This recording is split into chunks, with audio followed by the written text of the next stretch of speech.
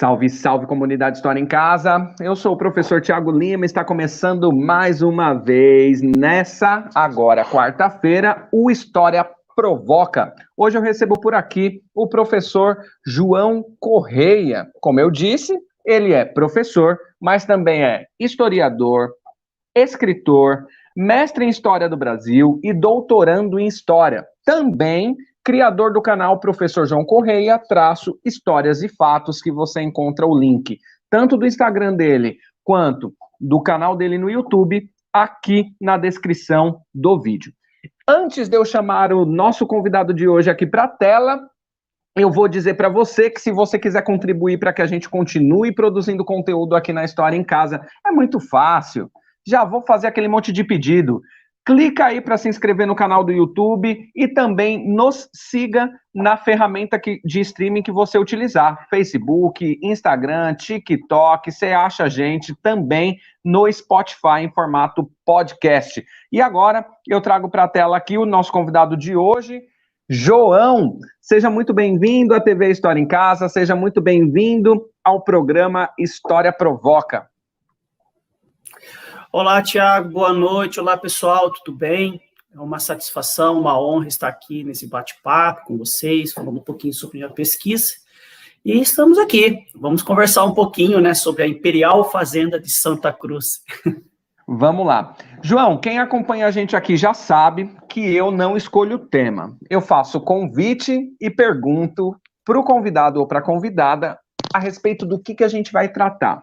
E você trouxe aqui a Imperial Fazenda de Santa Cruz, falar sobre escravidão pública. Esse tema é o tema de sua pesquisa de mestrado, que se tornou um livro, né, que você tem ele aí próximo de você, daqui a pouco a gente fala um pouquinho dele.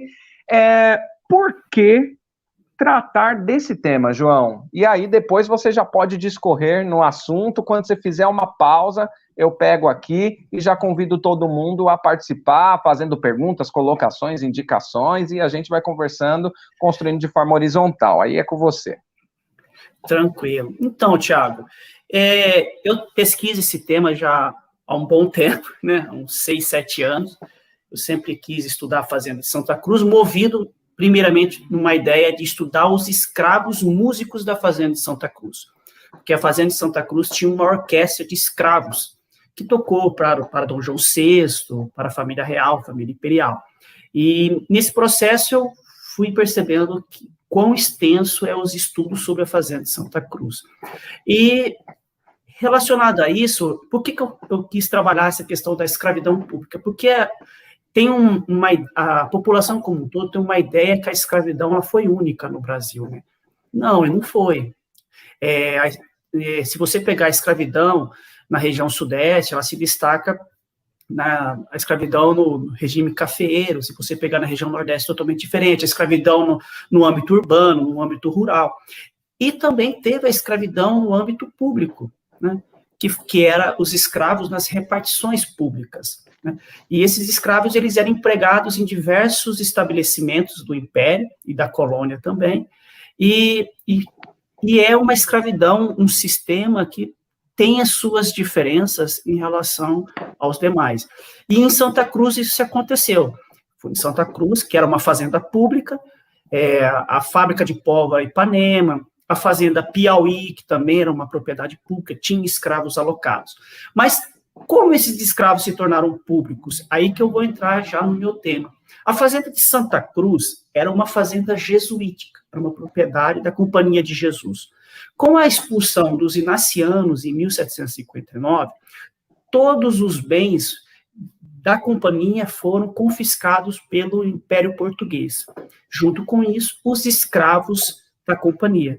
Então, esses escravos se tornaram patrimônio do erário real, que eles falavam. Então, se chamava escravos do erário régio. Depois, com a independência do Brasil, esses escravos se tornaram escravos da nação, como eles eram conhecidos, né? Então, por isso que tem essa questão da escravidão pública. E eles eram alocados em diversas localidades no Brasil Império. Santa Cruz se destaca por quê? Era a fazenda que tinha a maior quantidade de escravos. Por volta dos anos de 1850, Santa Cruz chegou a ter 3.000 escravos. é muito escravo, é uma escravaria muito grande dentro do contexto, né, do Brasil Império. Eu acho que um dos únicos senhores de escravos que chegou a ter essa quantidade de escravos foi o Breves, né, no Rio de Janeiro. Então, é uma história, assim, que a grande população desconhece um pouco, né, que o Estado possuía escravos sob a sua tutela, e eles eram empregados em diversos estabelecimentos comerciais. Vamos lá, você traz aí a questão da orquestra, que eu acredito que para muitos é algo desconhecido, né? Escravos trabalhando ou tocando em orquestra, né?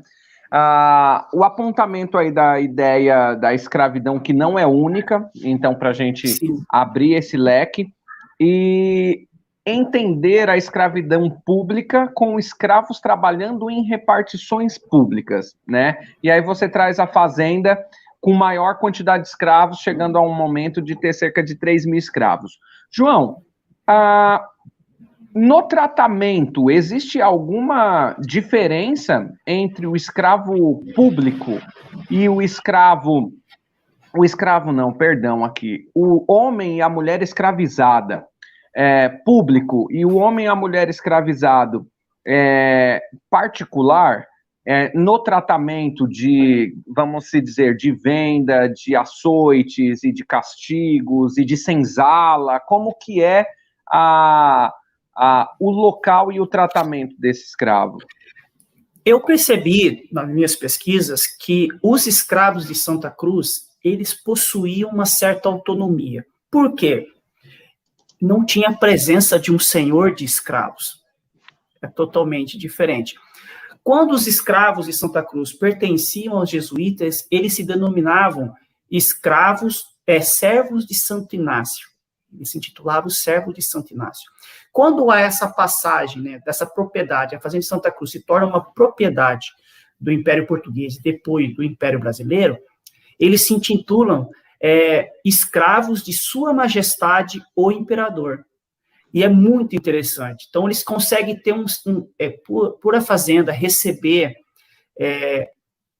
visitas constantes do Imperador Dom Pedro II, você percebe que eles têm um contato com o Imperador. Então, eu percebi no decorrer do período que eu estudei.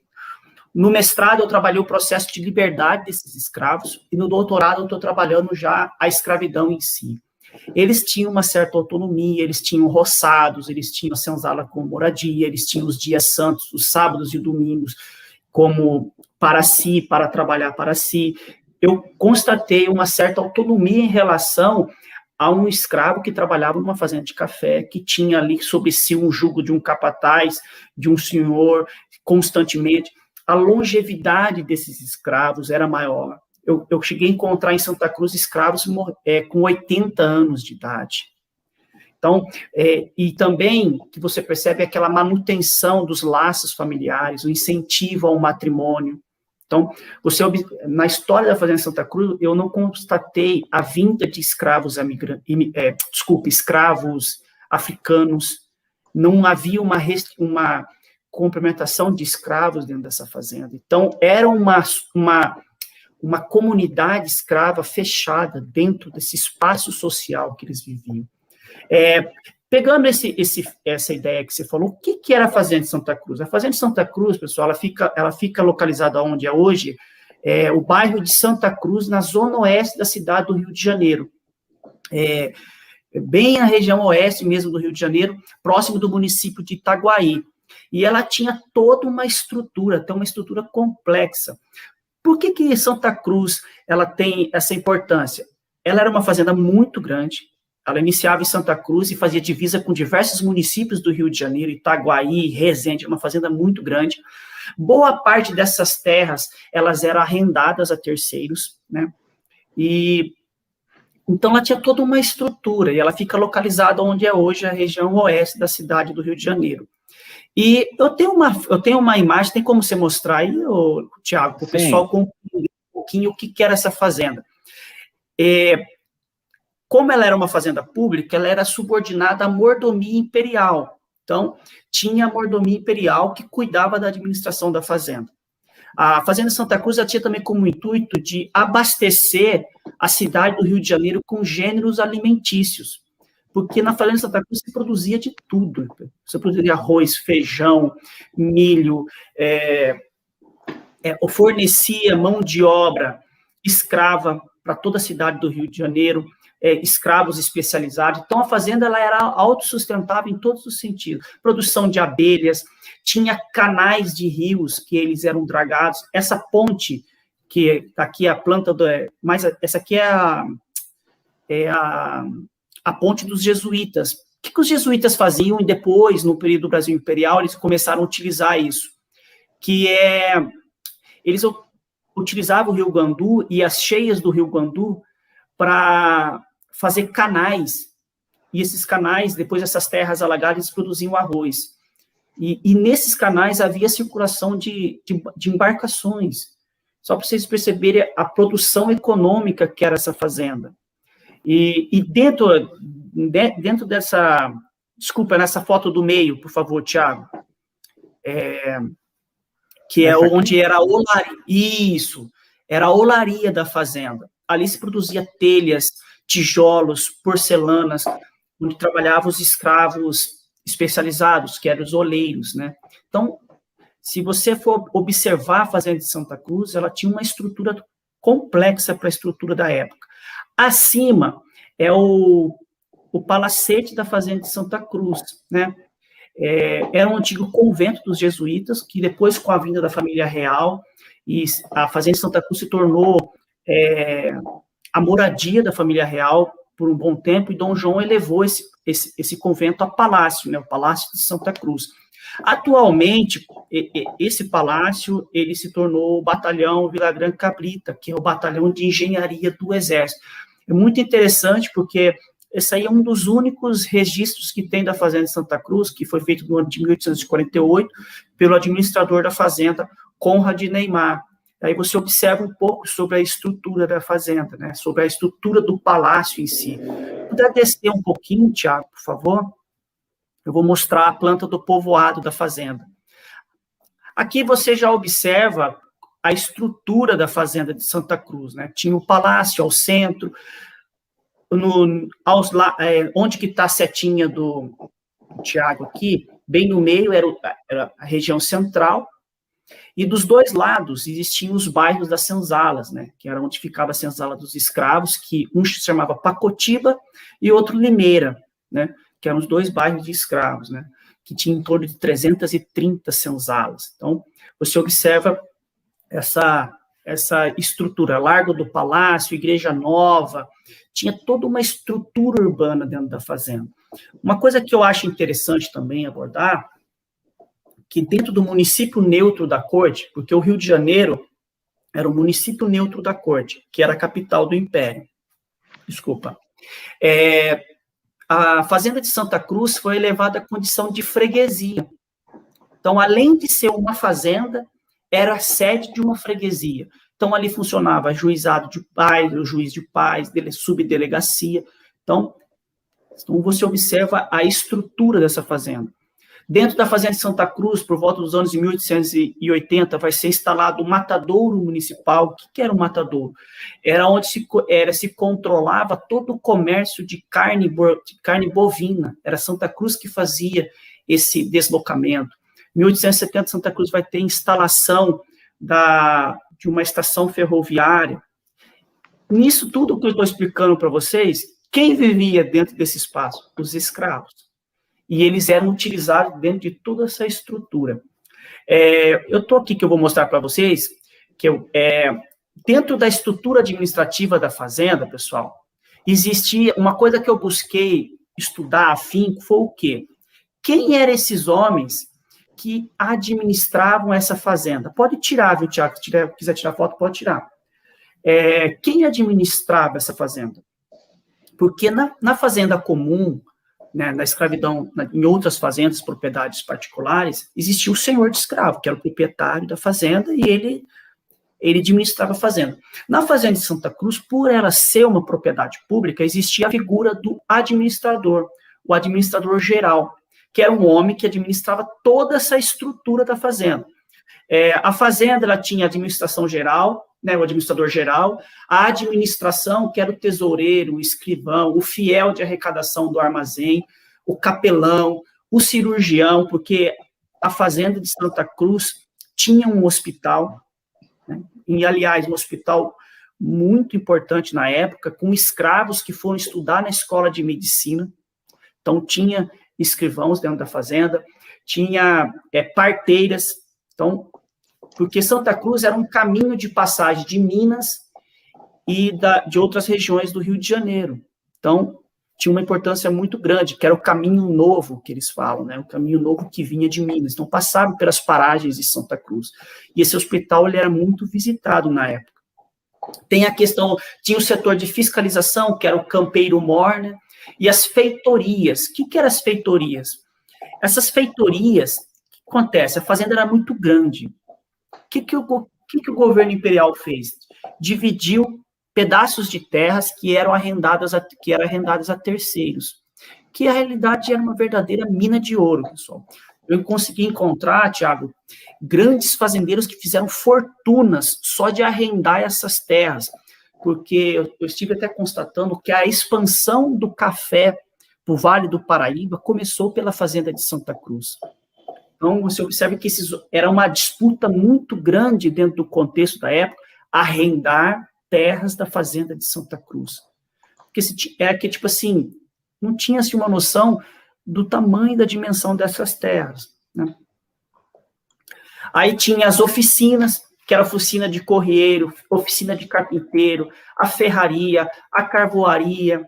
Tinha os serviços reais, que eram os escravos envolvidos nas obras do pasto, os carpinteiros, pedreiros.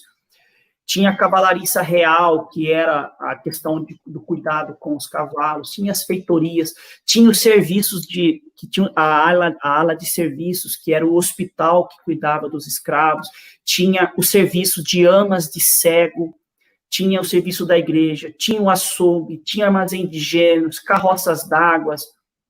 E também o cuidado com o campo, né? A distribuição desses escravos no terreiro, na manutenção dos terreiros, na manutenção das valas, dos caminhos, das hortas. Então, enfim, era uma grande estrutura complexa para a época, para se compreender essa estrutura do que era a fazenda de Santa Cruz. Aí, o que eu fiz? Eu busquei compreender o seguinte: quem eram esses homens? Como esses homens eram escolhidos? E qual era o benefício de se administrar uma fazenda desse tamanho? O que eu pude observar? A maioria desses administradores eram militares. Eu não consegui encontrar um perfil que definisse por quê. Eu acredito que, naquela época, o militar ele era bem instruído, tinha conhecimento de engenharia e que eram conhecimentos necessários para se administrar a fazenda. Além de militares, quem administrou a fazenda foram médicos. O que eu constatei? Que a fazenda, quem era o administrador da fazenda, se tornava o senhor dessas terras. Uhum. Em nome do Estado. Sim. Eles recebiam um ordenado de 800 mil réis, tinham 2 escravos a seu serviço, tinha cavalos, moravam na sede da fazenda. Então, ao que eu observo, eles eram senhores absolutos dessas terras. E eu observo que a maioria deles eram juiz de paz da freguesia da fazenda, eram delegado de polícia da fazenda. Então, você observa que era um mundo deles ali. Então, você observa que, eu observei o quê? Que muitos desses escravos, quando iam batizar seus filhos, quem eles chamavam para ser padrinhos dos seus filhos? O administrador da fazenda. Porque era ele que determinava toda a rotina da fazenda, toda a estrutura da fazenda. E a partir disso, eu analisei 2 administradores, que foi o Garcia, José Inácio Garcia, e analisei o José Saldanha da Gama, que são dois opostos, né? O Garcia era um médico, e ele chegou na fazenda de Santa Cruz para combater uma epidemia, e ali ele ficou e se tornou administrador da fazenda. E uma coisa interessante, que até então eu estava pesquisando, você sabia que os escravos da fazenda de Santa Cruz eram vacinados? Uma coisa muito interessante, né, que a gente está falando de vacina hoje, e os escravos da fazenda, na época, eles eram vacinados. E esse Inácio Garcia, ele tem um perfil em relação aos demais, que ele usufruiu de todos os benefícios que a fazenda poderia dar para ele. Ele ocupou todos os cargos da estrutura administrativa, ele ocupou, e se tornou, e também enriqueceu, utilizando da fazenda. Entendeu? Eu até encontrei testamento dele, bens dele apinhorados depois que ele faleceu, e ele se tornou verdadeiramente um carrasco. Ele mudou toda a estrutura da fazenda, e ele administrou a fazenda num período que foi de 1856 a 1866. Ele administrou a fazenda e ele mudou totalmente o cotidiano. Buscando aumentar a produtividade da fazenda, ele retirou o sábado e domingo dos escravos, ele tirou diversos benefícios que os escravos tinham naquele momento, e é onde começa a ter revoltas, deserções de escravos, criação de quilombos. Ele sofre uma tentativa de assassinato, alguns escravos da fazenda tentam assassiná-lo, e ele morre de forma misteriosa, né? Então, é muito interessante como que esse cargo de administrador fornecia para a estrutura da época uma condição econômica e política muito forte. Ele foi vereador, então, não era qualquer cargo, não era qualquer coisa você ser administrador da fazenda de Santa Cruz. É um cargo muito importante. Depois eu analiso o Saldanha da Gama, que é um botânico, que ele tenta, de uma forma, trazer a normalidade dentro da fazenda. Então, ele restitui antigos direitos, né, dos escravos, restitui ele chama de presente de casamento, que era quando os escravos se casavam, acho que era um toicinho, uma garrafa de pinga, não lembro mais ou menos, mas era assim, ele traz a fazenda à normalidade. Então, eu busquei analisar esse período da fazenda. Aí depois, quando eu constatei que a importância desse cargo e como as ações desses homens modificavam toda a estrutura da fazenda e todo o cotidiano, aí eu pensei o seguinte: Santa Cruz chegou a ter 3.000 escravos. Como foi o processo de liberdade desses escravos? Nós sabemos que o processo de escravidão no Brasil, nós temos a lei do ventre livre, em 1871, depois tem a lei do sexagenário, e a lei Áurea, em 1888. Com os escravos da nação, da fazenda de Santa Cruz, da fazenda Piauí, que fica no município de Piauí, lá na região norte, a fábrica de pólvora, esses escravos, eles foram libertos pela lei do ventre livre. Porque a lei do ventre livre, daquele momento da lei do ventre livre, todos os escravos nascerem livres, essa lei alforriava todos os escravos da nação, né? Então, você observa que esses escravos, eles são contemplados por essa lei. Eles vão ficar 4 anos sob um período de observação, né? Que é uma liberdade condicional. E eu encontrei essas cartas de alforria, fiz uma análise sobre essas cartas de alforria, e eles foram libertos em torno de 1.200 escravos. Só que acontece o seguinte: o que eu observei? Desse período de pós-1871, os escravos de Santa Cruz, quando eles eram escravos, eles tinham uma moradia, que era senzala, eles tinham o direito ao roçado, eles tinham roças que eles produziam e vendiam excedentes no comércio local, então tinha toda uma estrutura. Então, quando as pessoas, elas tendem a imaginar que o escravo é um ser rígido, ele é um constituinte da sociedade como um todo. Mesmo ele sendo um escravo, ele tem uma mobilidade dentro daquela estrutura econômica que ele está vivendo. E em Santa Cruz isso é muito, muito forte, muito importante. O que acontece? Eu percebi que esses escravos eles tinham uma relação econômica muito forte com os próprios comerciantes dentro do curato da fazenda. E quando eles são libertos, eles perdem o direito a isso, eles são libertos agora. Aí começa a ter um choque entre a administração da fazenda e esses escravos, esses libertos. Quando eles fazem um requerimento ao imperador solicitando a permanência deles na fazenda. E o imperador concede. O imperador concede e eles ficam na fazenda. A partir desse ano de 1871 a 1891, aí é só conflito. Porque a administração não vê eles como escravos, então eles não têm direito a permanecer na fazenda, não têm direito a ter uma senzala, não têm direito a ter um roçado. Aí eu comecei a pesquisar esse período, eu falei assim, não é possível. Onde foi parar esse quantitativo de pessoas? Nós estamos falando de quase 1.500 pessoas. É uma população que viveu gerações dentro desse espaço geográfico, e eles tentam de todas as formas permanecer ali. E aí, o que eu fiz? Eu fui na imprensa. Como não tinha mais fontes que falavam sobre esses escravos, o que eu fiz? Eu fui para a imprensa. Aí, na imprensa, você encontra constantemente a polícia mandando tropas para sufocar algum tipo de distúrbio. Você observa muitos casos de roubo, acusações de roubo, prostituição. É muito interessante, porque quando você analisa esses libertos, no período que eles eram escravos, os administradores teciam elogios, falando que era uma escravaria disciplinada, trabalhadora, mas quando eles se tornam libertos, eles se tornam vadios, é o incômodo, entendeu? Então, e uma coisa que me chamou muita atenção foi que, com o processo de imigração, muitos imigrantes começaram a tomar esse espaço de mercado de trabalho desses libertos. Então, quando eu fui analisar os registros de comércio, né, de profissões, eu não encontro libertos. Então, você vê essa dificuldade que eles encontram. E em Santa Cruz, pós-1870, ela sofre um processo de crescimento econômico, principalmente com o quê? Com a instalação do matadouro, né, que começa a controlar todo o comércio de carne da cidade do Rio de Janeiro.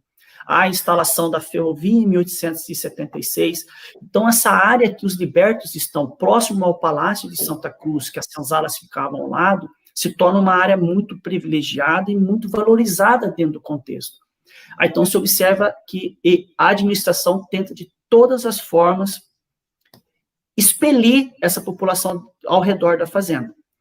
Em 1885, o exército se instala naquela região, né? Aquela região era muito utilizada para exercícios militares, também já é um outro agente que entra tentando ocupar o mesmo espaço dos libertos. E o que acontece? E nesse espaço de 21 anos, de 1871 a 1891, ele é totalmente marcado por conflitos, e em nenhum momento eu consigo encontrar onde essa população como que eu posso dizer, se exerceu economicamente, do que viveram essa população. Eu não consegui encontrar, porque eles desaparecem. O que eu encontrei foi, no ano de 1891, um decreto expulsando todos os libertos da fazenda de Santa Cruz. 91.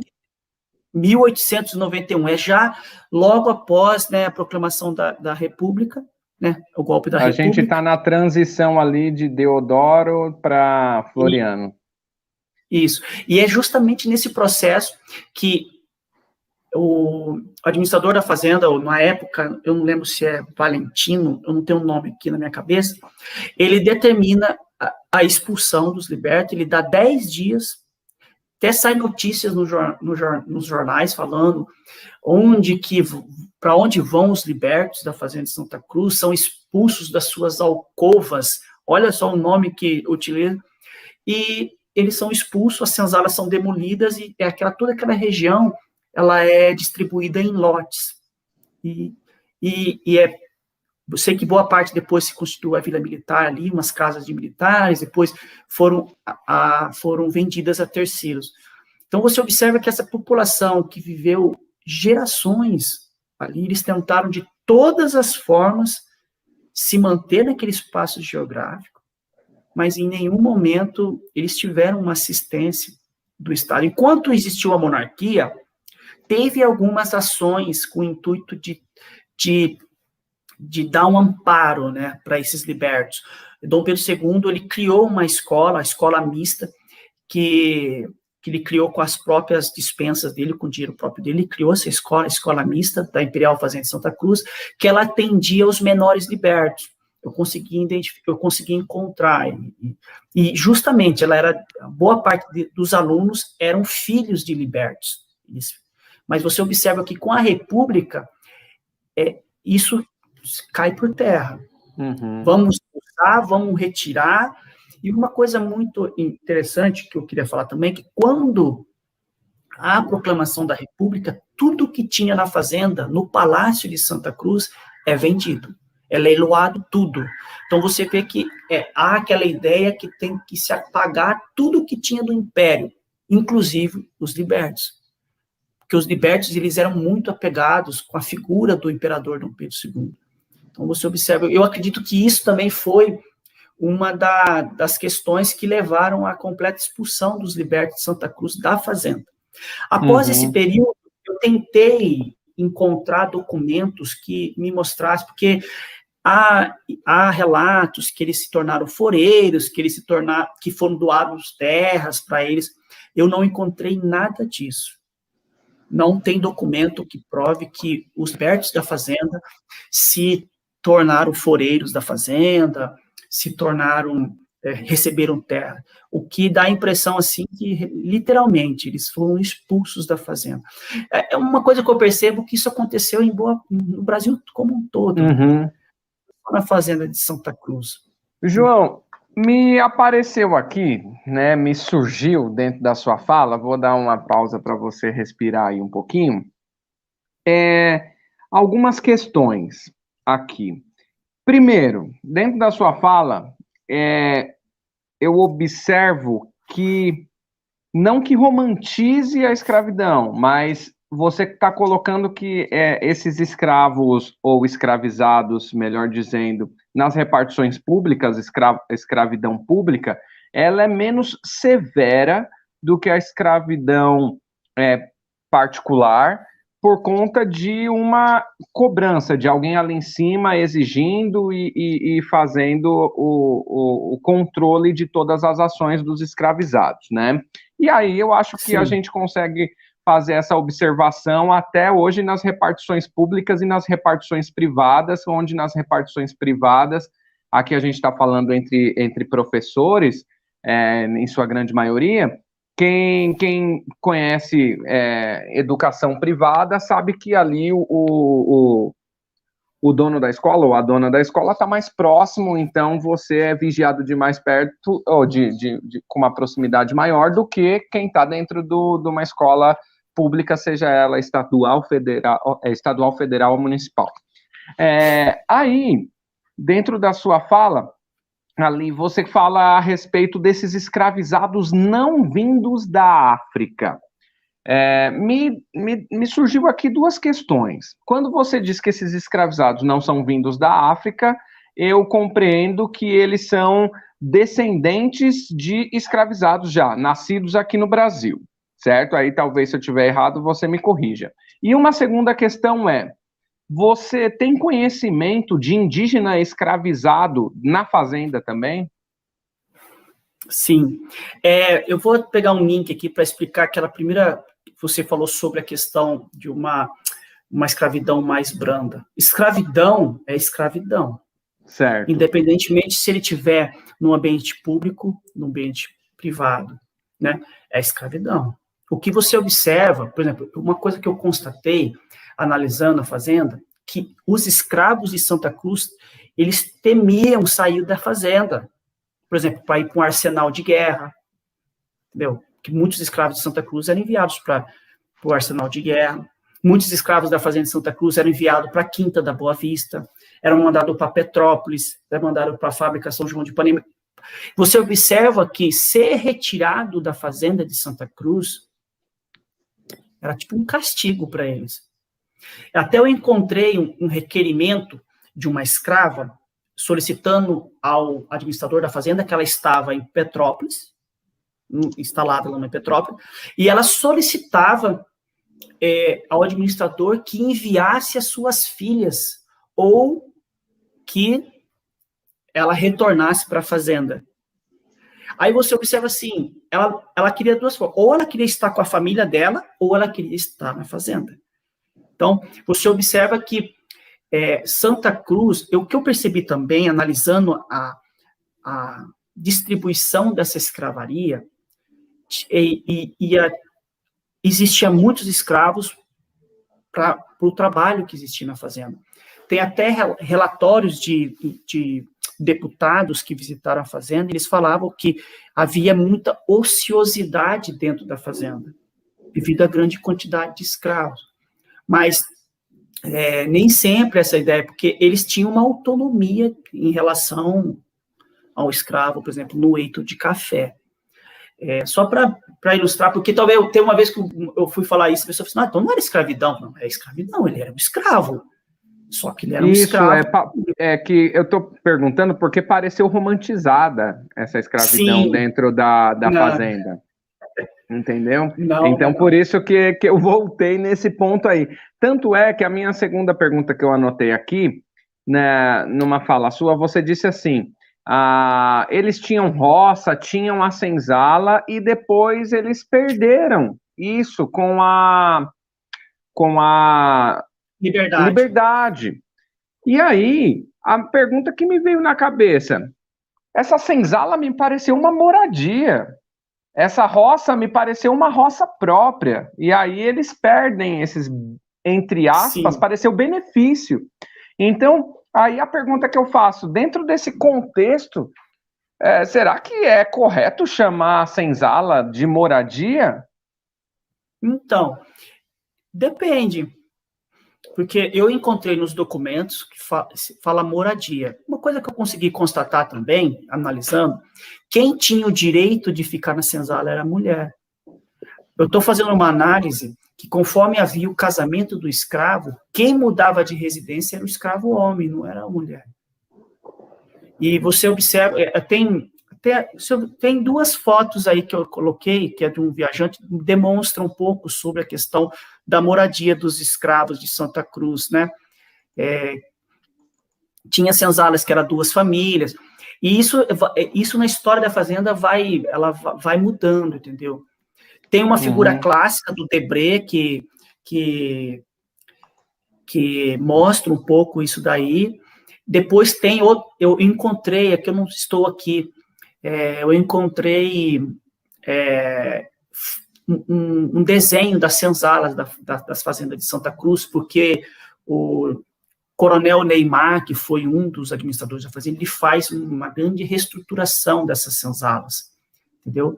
E aí já é uma senzala de alvenaria, né, com telhas, mas você observa que são núcleos familiares que moravam nessas senzalas, tá, em torno de 330 senzalas, e Santa Cruz, eu estou fazendo um levantamento agora para minha tese de doutorado, eu encontrei 680 famílias de escravos. É muita coisa, entendeu? Eu estou tendo até que focar em algumas famílias para demonstrar. Eu utilizo o termo moradia porque nos documentos fala moradia dos escravos ou senzalas, né? Mas eles, quando eram escravos da fazenda, eles tinham o direito de permanecer nessa senzala. E eu observo que quem tinha esse direito era a mulher. Quando a gente analisa documento, é importante a gente observar quem documentou. Sim. Né? Quem documentou isso não foi um escravizado. Quem documentou isso provavelmente foi um proprietário de escravo ou alguém que trabalhava para o Estado na condição ali de poder observar e fazer os registros, né? Sim. A gente tem uma participação aqui, a Carla Fernandes, gratidão, Carla, por participar. Ela pergunta, João, se você encontrou algum processo criminal relatando, entre aspas, os suicídios por parte dos escravizados da fazenda. E ela explica que coloca suicídio entre aspas porque em alguns processos este era forjado por seus senhores. Oi, Carla, tudo bem? Olha, eu não encontrei registros de suicídios na fazenda de Santa Cruz. O que eu encontrei, quando havia uma certa animosidade entre a escravaria da fazenda e a administração da fazenda era o quê? Deserções, muitos escravos, eles desertavam, né? E a criação de quilombos. Foi isso que eu encontrei, mas suicídios eu não encontrei. Outra coisa que é interessante, porque por a fazenda ser pública, eu não tenho inventários de escravos e não tenho processos criminais de escravos, porque não são propriedades privadas, são propriedades públicas. Quando eu vou ter uma relação desses escravos, eu vou ter nos inventários da fazenda, porque ali ele descreve, nas listas de presença, eu consigo encontrar família tal, que mora na senzala tal, casou com tal pessoa. Então, tipo assim, eu trabalho com uma coxa de retalhos, que eu vou criando e construindo as trajetórias de vida. Mas eu não encontrei registro de suicídios de escravos da fazenda. Eu encontrei registros de escravos de particulares, porque é o que eu estou analisando agora no meu doutorado. Porque existia a fazenda de Santa Cruz e existia a freguesia. E os escravos da fazenda se relacionavam tanto com os escravos da fazenda quanto da freguesia. Mas eu não encontrei registros de suicídios na fazenda de Santa Cruz, não.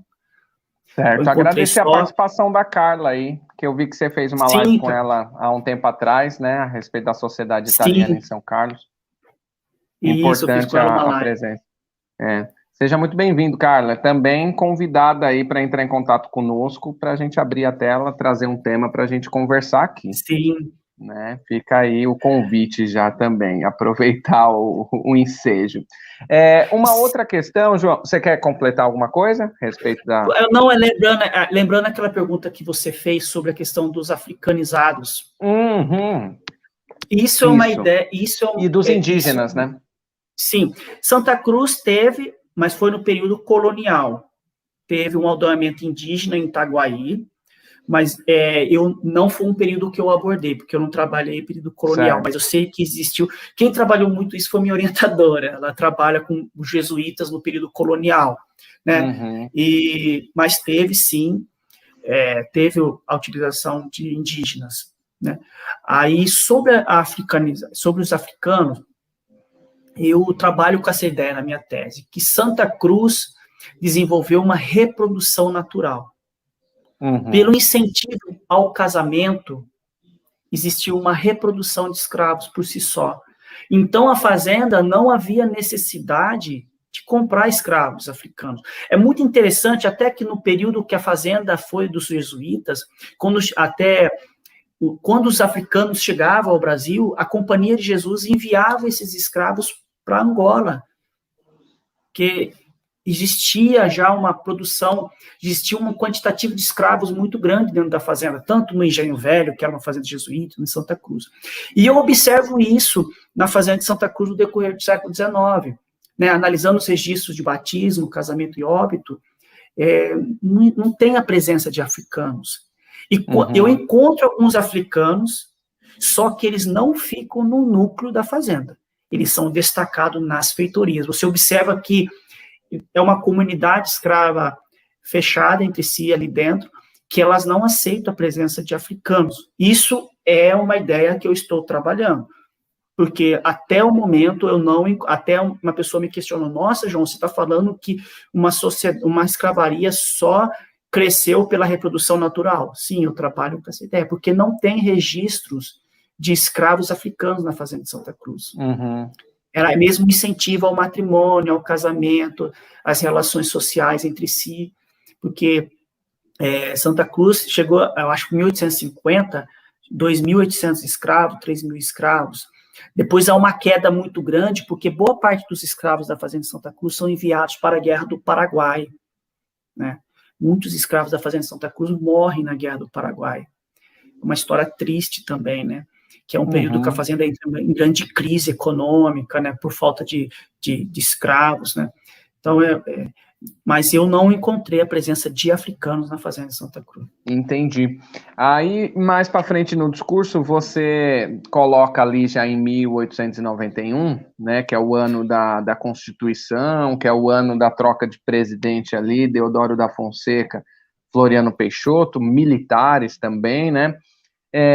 que aí você cita da presença de bastante militares e médicos na organização da fazenda, né? Sim. Aí você coloca a relação de que o anúncio é que essas pessoas escravizadas na fazenda, elas eram gentios, né? Enquanto escravizados. A partir do momento que são libertos, elas são um incômodo para essa sociedade.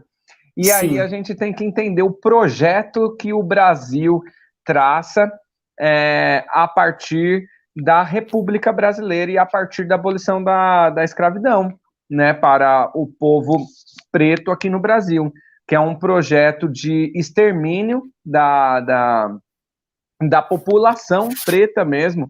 E aí a gente vê mais adiante o processo de imigração no nosso território aqui no Brasil, né? Mas só para a gente se localizar. Diga.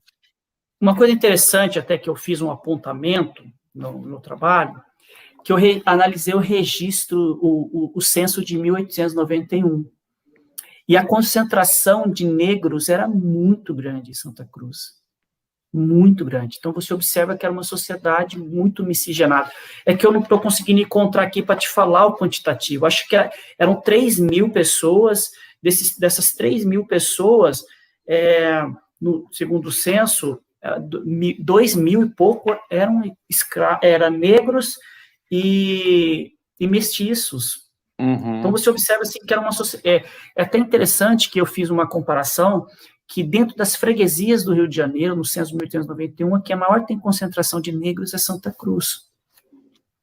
Certo. Então, você observa que é uma sociedade que vai ser totalmente colocada de lado no processo. Você está com o livro aí, né, João? Qual o nome, qual é o título do livro? Apresenta para a gente aí também o livro do qual a gente está conversando. Este é o livro do João. Isso, Escravidão e Liberdade na Imperial Fazenda Santa Cruz, né, 1856 a 1891, foi o período que eu estudei mesmo, que eu analiso esse processo de liberdade dos escravos da fazenda. Por que eu pego 1856? Porque eu pego a administração do Garcia, que é aquele administrador cruel, e faço essa análise da administração desses homens que passaram pela fazenda, e vou até 1891, que eu busco analisar o processo de liberdade desses escravos, né? É basicamente... Mas eu estou para fazer uma nova edição, quem quiser, ele está pela editora Multifoco. Mas uma coisa assim, interessante também que eu estava analisando, por que também esses escravos esses libertos se tornaram um empecilho? Porque quando as terras da fazenda elas eram arrendadas a terceiro, muitos escravos eram arrendados juntos. Então, você percebe uma depreciação do arrendamento dessas terras. Então, eu acredito que também foi esse um dos motivos, né, para tentar expelir essas pessoas de dentro desse espaço social. E, sério, variados motivos também, né. Mas eu não estou conseguindo encontrar aqui o quantitativo para mostrar para Tranquilo, João. Você me mandou mais outras imagens aqui. O que são essas outras imagens que você me enviou? Eu mandei 2 imagens aí, eu acho interessante mostrar para o pessoal. Pega aí o Debrandi primeiro. O Debrandi foi um viajante que passou pela fazenda de Santa Cruz, e ele pintou um pouco sobre a fazenda, e ele até mostra um pouquinho sobre... Essa aqui é a primeira pintura de Hildebrand. Ele mostra na região central o palácio da fazenda de Santa Cruz. Você vê de um lado ou de outro o bairro do Pacotiva e do Limeira. Tinham ruas aí, eu consegui identificar a Rua do Comércio, Rua Princesa Isabel, Rua São Januário. Eu descrevo muito sobre isso daí. Então, você observa, se você pegar a planta que eu mostrei no início e olhar, você vai observar. Quem pintou a Fazenda de Santa Cruz tem uma pintura de Debré, que é clássica, que é essa daqui, que eu estou aqui no livro, ó. Essa é uma pintura de Debré, né? Tem uma pintura da Maria Graham, que ela também visitou a fazenda. Tem essa planta famosa, que é do Coronel Neymar, e tem esse desenho, né, do Hildebrand. Então, você observa um pouco ele demonstrando o que era a fazenda, a região da a região central, que está o Cruzeiro, né? Então, é muito interessante. Se você já observa, né, como que era a estrutura das casas. Eu acho que a outra está melhor ainda, viu, Tiago, para mostrar para o pessoal. Vamos lá. Eu acho que a outra está melhor ainda. Deixa eu encontrar aqui. É o Debrand 2, eu acho que é o nome. Uhum. Ai, meu Deus. É que eu estou clicando aqui em um monte de coisa errada. Você vai clicando. Não, aqui, tranquilo. Acho que agora vai. Essa aqui, ó. Aqui está mais próximo. Aí está mais próximo. Você já compreender a rua. Isso, tá vendo? Você já observa que ele tentou desenhar alguns escravos, né? Você vê uma escrava com um tabuleiro em cima dela, com uma criança.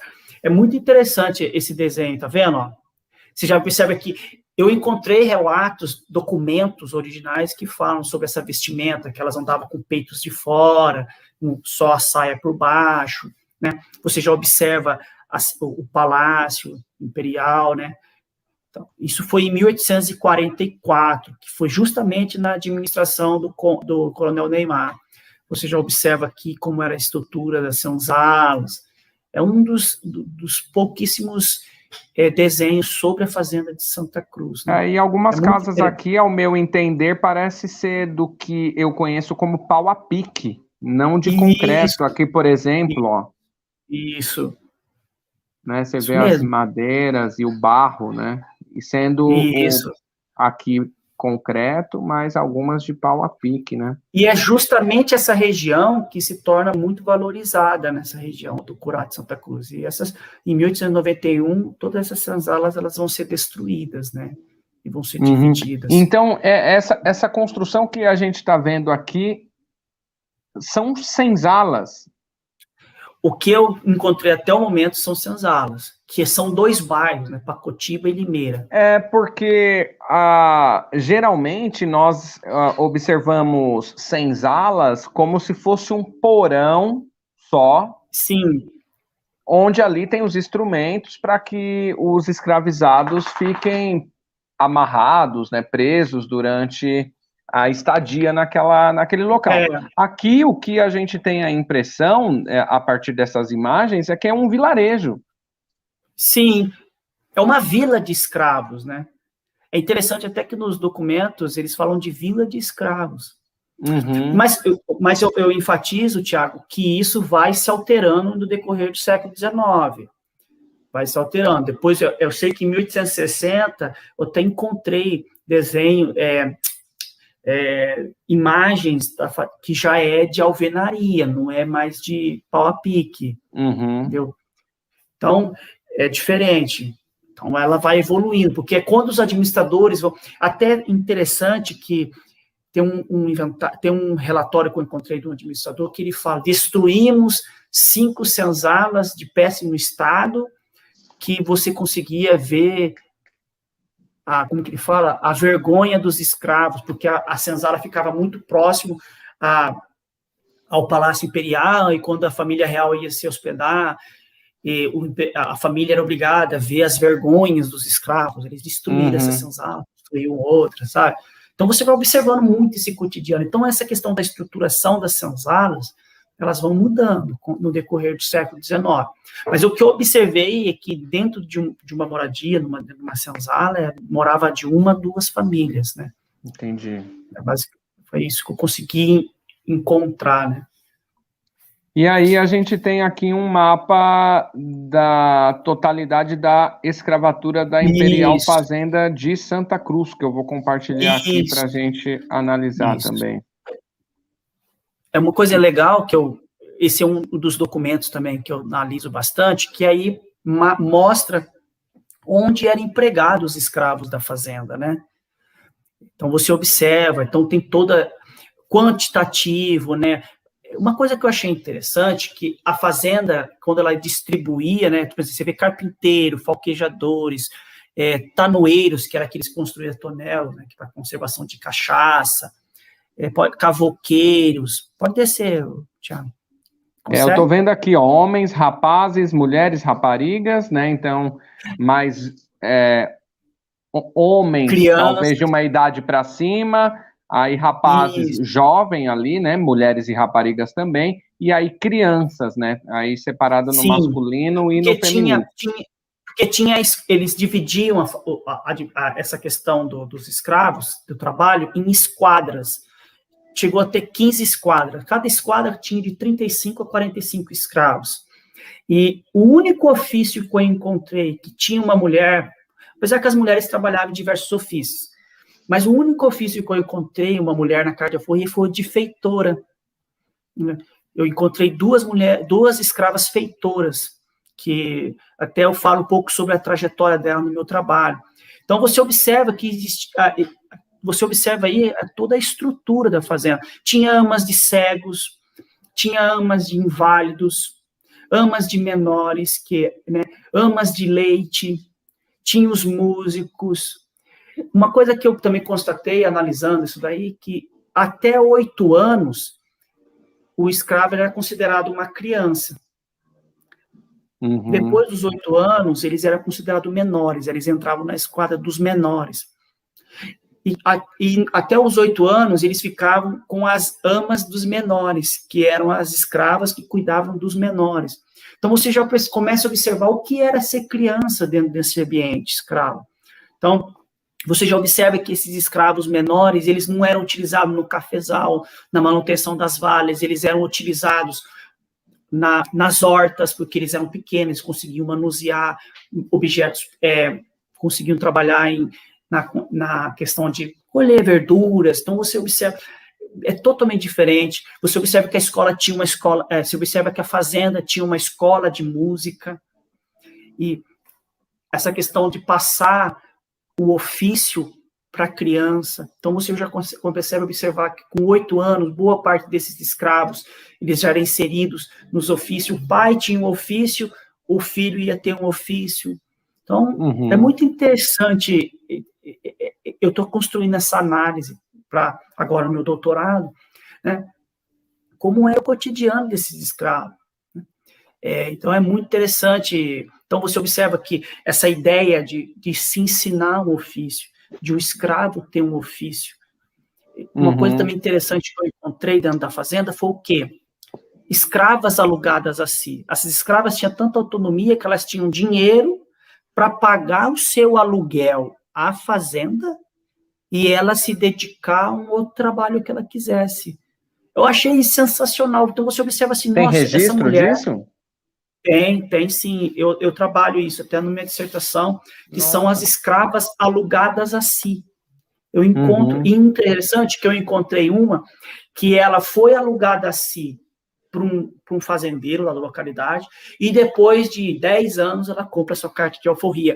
E o suplicante, né, o suplicante da carta de alforria dela foi o homem que ela trabalhou. Então, você observa essa estrutura social, ela não é rígida, não é um negocinho fechado.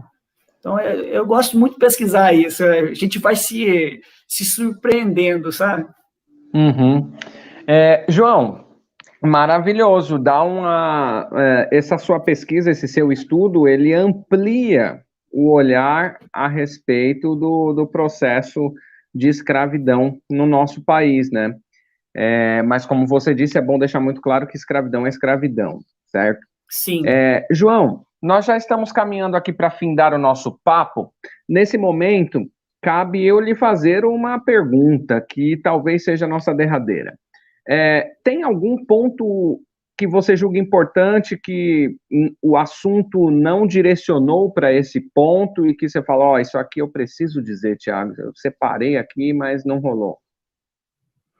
Deixa eu ver. Eu acho que não, acho que eu consegui abordar tudo, sim. Consegui. Assim que é maravilhoso, então. Eu me propus a falar sobre... Eu até marquei aqui, fiz aqui um cronograma aqui, eu consegui falar tudo, sim. Então tá maravilhoso. Então, João, eu só tenho ali a agradecer pela partilha, essa partilha que soma, pelo tempo, pela disponibilidade e parabenizar pelo seu trabalho de história pública no canal. O canal do João está com o link aqui na descrição do vídeo. Apoiem professores que estão trabalhando aí com a história pública. Vá lá, siga. Quem não segue aqui, segue aqui. É importante a gente se fortalecer para que a gente também combata um pouco desse revisionismo histórico que não pode acontecer e desse negacionismo histórico que também não deve acontecer. Então é importante que a gente dê visibilidade para canais de história pública como esse que você está e como o do João também, que ele está debatendo lá livros, está fazendo leitura, também tem algumas pessoas que ele recebe lá, como por exemplo a Carla apareceu por aqui. Então, procurem lá, o link está aqui na descrição. João, nossa, e eu falo em nome da comunidade História em Casa, nossa gratidão por essa partilha que soma, pelo tempo que você desprendeu aí para compartilhar com a gente esses anos de pesquisa que para a gente aqui em 1 hora é muito grandioso e muito valioso. Espero que todos tenham aprendido e tenha somado aí na vida de todos que tiveram por aqui. Gratidão, João. Tiago, eu que agradeço, pessoal, eu agradeço, é uma honra, uma satisfação compartilhar um pouquinho do meu conhecimento, espero ter contribuído com o conhecimento de vocês e estou aberto para novos bate-papos, pesquisas, estou à disposição, tá? Muito obrigado. Estamos pessoal. aí. Muito obrigado, Tiago. Pessoal que nos acompanha, já sabem, toda semana tem História Provoca, então a gente volta na semana que vem, mas a TV História em Casa tem programas aqui de segunda a sábado, então dá uma olhadinha na programação. Amanhã tem História da Ásia, tem aula com o doutor Emiliano Unzer falando de História da Coreia, você não pode perder. Então, forte abraço.